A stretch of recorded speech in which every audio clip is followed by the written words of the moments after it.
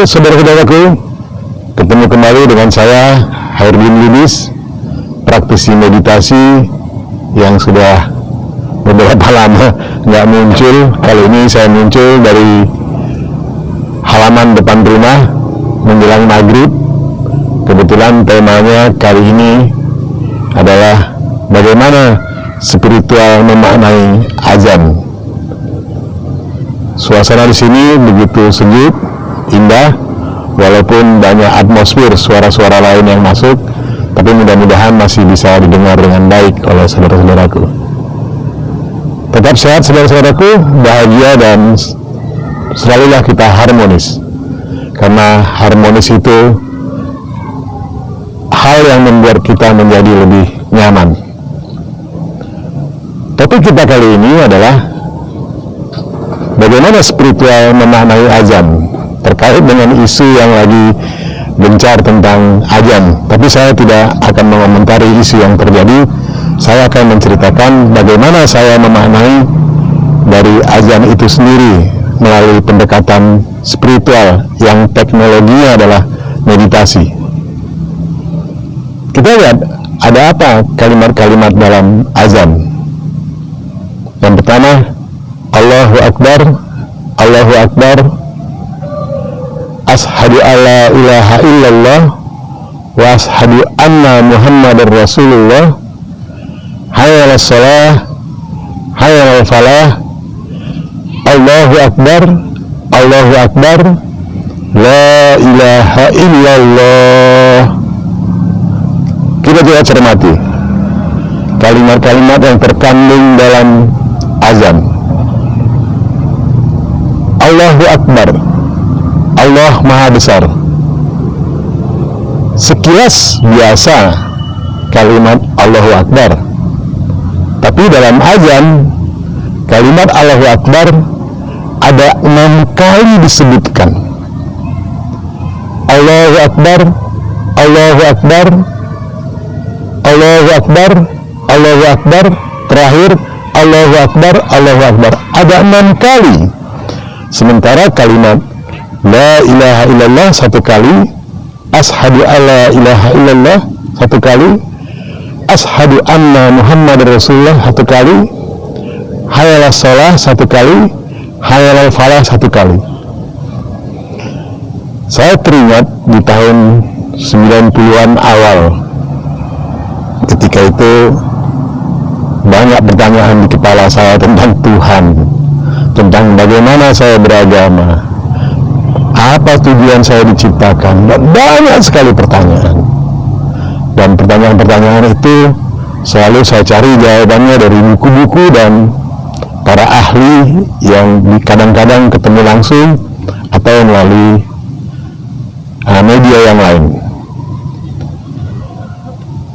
Dan di tahun 90-an saya tertarik dengan kalimat Allahu Akbar ketika waktu itu saya diingatkan bahwa jumlah kalimat Allahu Akbar atau kata Allahu Akbar dalam sholat 5 waktu sehari semalam itu banyak sekali.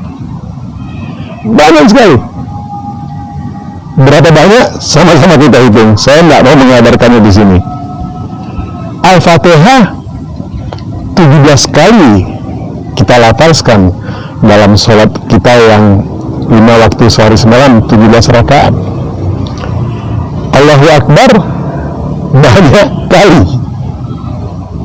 Ada apa sehingga kalimat Allahu Akbar itu begitu penting dalam sholat kita? Saya mencari tahu. Rasa ingin tahu itu begitu menggebu-gebu. Saya baca buku-buku apa saja yang terkait dengan pencarian akan makna Allahu Akbar. Barangkali ada lebih dari 100 judul buku, dan akibat dari buku-buku yang saya beli, saya menyelesaikan puluhan episode sinetron anak terkait dengan bagaimana mengaplikasikan Asmaul Husna dalam kehidupan sehari-hari anak. Itu berkahnya, salah satu diantaranya. Dan biasalah ketika kita berkarya, kita dapat rezeki, kita bisa macam-macam dari rezeki itu. Berikutnya saya tanya makna Allahu Akbar dalam sholat 5 waktu sehari semalam ini kepada para ahli agama, sampai para ahli agama yang saya anggap sebagai ahli agama yang tingkat internasional. Saya tidak menemukan jawaban yang membuat saya berhenti akan pencarian itu. Terus saya cari. Kemana saya akan mencarinya? Gitu. Kemana-mana sudah nggak ketemu, dan itu bertahun-tahun. Akhirnya saya dengan ketidakmampuan saya, dengan kebodohan saya lafazkan itu Allahu Akbar setiap saat seingat saya. Ketika ingat zikir, saya melafazkan Allahu Akbar. Berikutnya saya lapaskan Allahu Akbar dalam diam, duduk diam, saya lapaskan Allahu Akbar sambil terus mencari maknanya.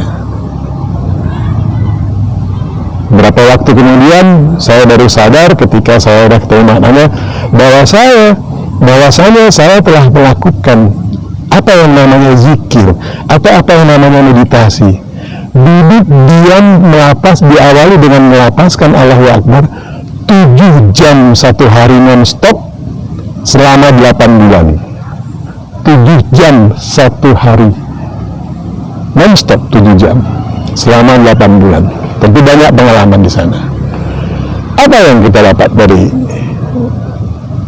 saya melakukan yang namanya zikir atau apapun namanya 7 jam sehari selama 8 bulan? Pesannya begini yang saya maknai. Ketika kita sakit, jangan makan semua obat yang ada di apotek. Cukup 1-2 obat saja makan dan insya Allah kita akan sembuh. Artinya apa yang saya maknai?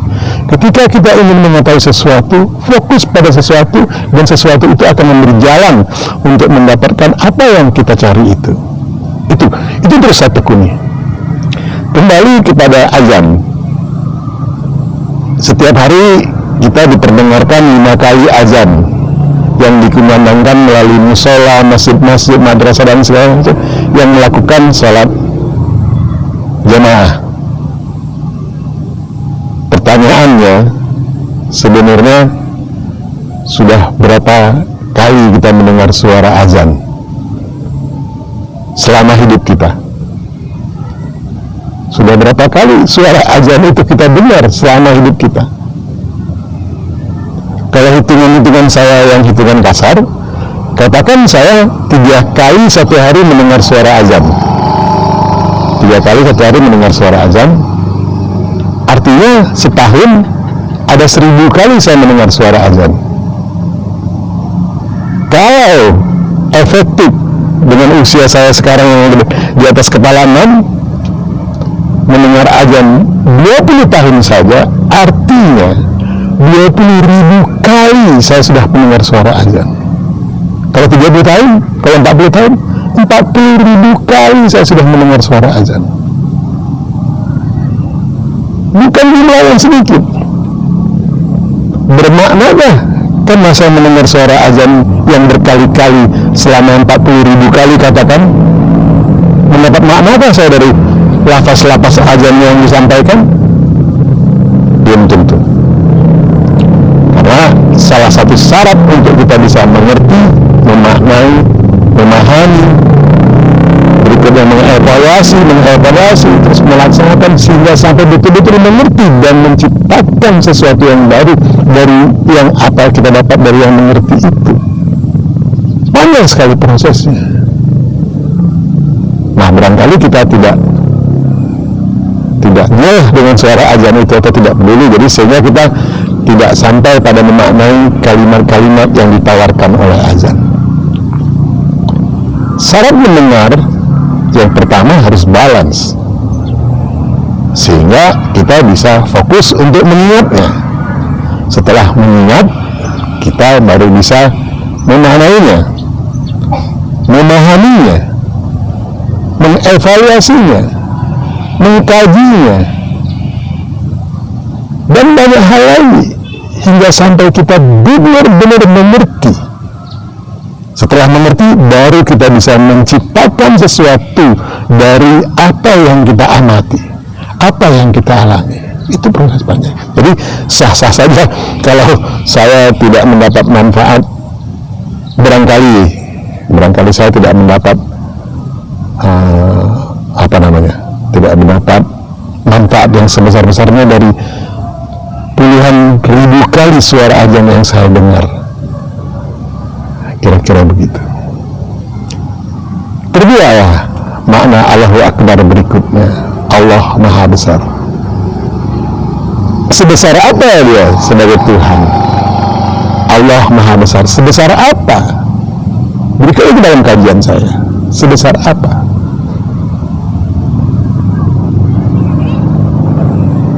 Apa yang kau sangka aku bukan aku.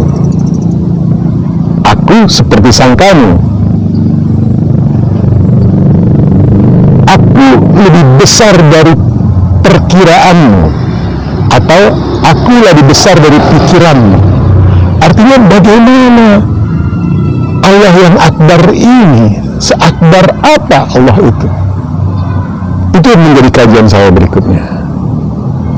Saya jelas menyatakan karena Tuhan itu tidak kelihatan, sebagian bisa merasakan menyatu dalam Tuhan itu atau dan lain sebagainya. Tapi sains menyatakan bahwa Tuhan itu tidak ada, karena tidak bisa dibuktikan oleh fisik. Sah-sah saja karena dia menggunakan alat ukur yang bukan untuk mengukur spirit. Jadi alat ukurnya nggak pas, tidak terukur, dianggap tiadakan saja gitu. Saya atas dasar iman saya, dan saya yakini iman saya bahwa Tuhan ada, ngotot Tuhan harusnya ada. Bagaimana kita nggak bisa, saya nggak bisa percaya begitu saja. Tidak cukup hanya iman saja tanpa kajian-kajian. Karena kenapa? Kita diberi anugerah untuk bisa berpikir, menganalisa dan menganalisis, diberi kehendak bebas dan diberi daya hayal, sehingga akan melahirkan suatu temuan-temuan yang juga itu belum tentu benar, tapi paling tidak mendekati kebenaran. Tentu dalam tanda petik kebenaran Tuhan, bukan kebenaran kelompok, bukan kebenaran kehendak. Kira-kira begitu. Oleh sebab saya meyakini Tuhan ada, saya menyatakan setiap sesuatu yang ada dalam teori sains, setiap sesuatu yang ada pasti memiliki zat. Pasti memiliki zat. Oke. Berarti Tuhan ada, memiliki zat. Kita coba konfirmasi kepada yang menggunakan dalil. Pengetahuan yang selalu menggunakan dalil untuk menentukan ada atau tidak ada terhadap sesuatu. Dalil jelas dalam kitab-kitab suci dinyatakan dalil itu. Berarti sudah dia menyatakan Tuhan itu ada. Dan di kelompok yang berikutnya asumsi. Asumsi menyatakan kalau yang menciptakan ada, pasti tentu yang menciptakan ada. Artinya ada itu Tuhan. Ada. Berarti tidak tiga kelompok yang menyatakan Tuhan ada. Tinggal kelompok satu bagaimana meyakinkan kelompok sains, tapi tidak perlu diyakinkan. Kita gunakan pengetahuan sains untuk coba membedah tentang konsep ada yang spirit ini, ada yang tidak ada, kira-kira begitu. Saya menyatakan setiap sesuatu yang dinyatakan ada, ya dia harus mempunyai zat. Nggak usah pikirin zatnya bagaimana, pegang dulu pernyataan itu, teorinya, zat. Oleh sebab zat ada, maka ada sifat yang diturunkan dari zat. Oleh karena ada sifat, maka bisa dinamai. Maka dari zat, sifat, nama bisa dinamai. Oleh sebab namanya sudah ada, sifatnya sudah ada, zatnya sudah ada, tentu bisa diolah menjadi sesuatu. Menjadi sesuatu yang baru atau yang baku dibuktikan. Artinya artinya ada produk dari zat ini, zat yang telah menurunkan sifat, nama, dan berikutnya produknya, perbuatannya, yang dikenal dengan afal itu, perbuatan. Berikutnya kita lihat dari sudut yang lain, bagaimana hubungan zat dengan sifat. Zat dengan sifat seperti matahari dengan sinar matahari, tak akan bisa terpisahkan. Matahari dan sinarnya tak akan bisa dipisahkan. Berarti sebuah penyatuan, memang turunan dari zat itu sifat. Zat dan sifat artinya sebuah kesatuan. Kita lihat bagaimana hubungan sifat dengan nama. Sifat yang membawa nama seperti madu dengan rasa manis madu. Rasa manis madu tidak bisa dipisahkan dari madu. Sebuah kesatuan. Kita lihat nama dengan perbuatan atau produk. Nama dan produk ibarat cermin, bayangan dan pembuat bayangan. Tidak akan pernah ada bayangan ketika tidak ada pembuat bayangan. Bayangan dan pembuat bayangan sebuah kesatuan, satu. Bagaimana produk atau perbuatan dengan zat? Hubungannya seperti lautan dengan gelombang lautan. Tak akan bisa terpisahkan. Kita tidak akan bisa memisahkan yang mana gelombang, yang mana lautan. Sebuah kesatuan. Artinya zat, sifat, nama, perbuatan adalah sebuah kesatuan. Akbar yang ditawarkan tadi, Allahu Akbar yang ditawarkan tadi, saya manai bahwa akbarnya itu adalah meliputi semua yang ada. Sebuah kesatuan. Dia meliputi semua yang ada. Meliputi semua yang ada. Sebuah kesatuan. Dan dia ada di setiap yang ada. Dia ada di setiap yang ada. Dia meliputi semua yang ada di setiap yang ada, dan setiap yang ada di dalamnya. Karena sebuah kesatuan. Jadi saya pahami belakangan, setelah bertahun-tahun saya pahami bahwa Tuhan yang saya pahami itu memiliki zat, sifat, nama, dan perbuatan, di mana keberadaannya meliputi semua yang ada di setiap yang ada, dan setiap yang ada dalam Tuhan itu sendiri. Itu yang saya dapat. Allahu Akbar. Allahu Akbar. Allahu Akbar. Dan azan 6 kali dikumandangkan. Allahu Akbar itu. Yang lainnya sekali-sekali. Berikutnya, ashadu alla ilaha illallah wa ashadu anna Muhammad Rasulullah. Kembali statementnya, bersaksi adanya Tuhan. Sudah kita benar tadi, sudah kita pahami, walaupun barangkali sedikit, dan belum tentu juga benar barangkali menurut pandangan Tuhan, tapi teruslah berupaya. Bersaksilah kita bahwa Dia ada, meliputi semua yang ada di setiap yang ada, dan setiap yang ada di dalamnya. Berikutnya, wa asyhadu anna Muhammad Rasulullah. Anna Muhammad, kata kunci. Ashadu alla ilaha illallah wa ashadu anna Muhammad Rasulullah.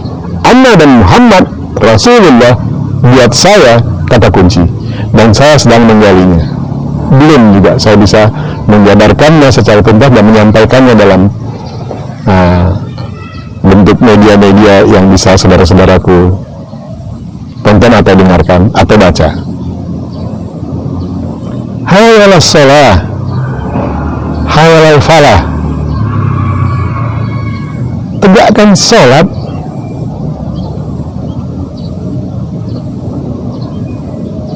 raih kemenangan. Kata kunci. Baru ditutup dengan la ilaha illallah. Sungguh sesuatu yang perlu digali maknanya dalam dan lebih dalam, lebih dalam, lebih dalam lagi. Ketika ini terjadi, saya pikir terbukalah semua tabir dan kita gampang untuk menjalankan apa yang namanya rahmatan lil alamin sebagai ciptaan, dan bagaimana kita menjadi inna lillahi wa inna ilaihi raji'un. Saudara-saudaraku yang tetap sehat, bahagia dan harmonis, begitulah saya memandang azan.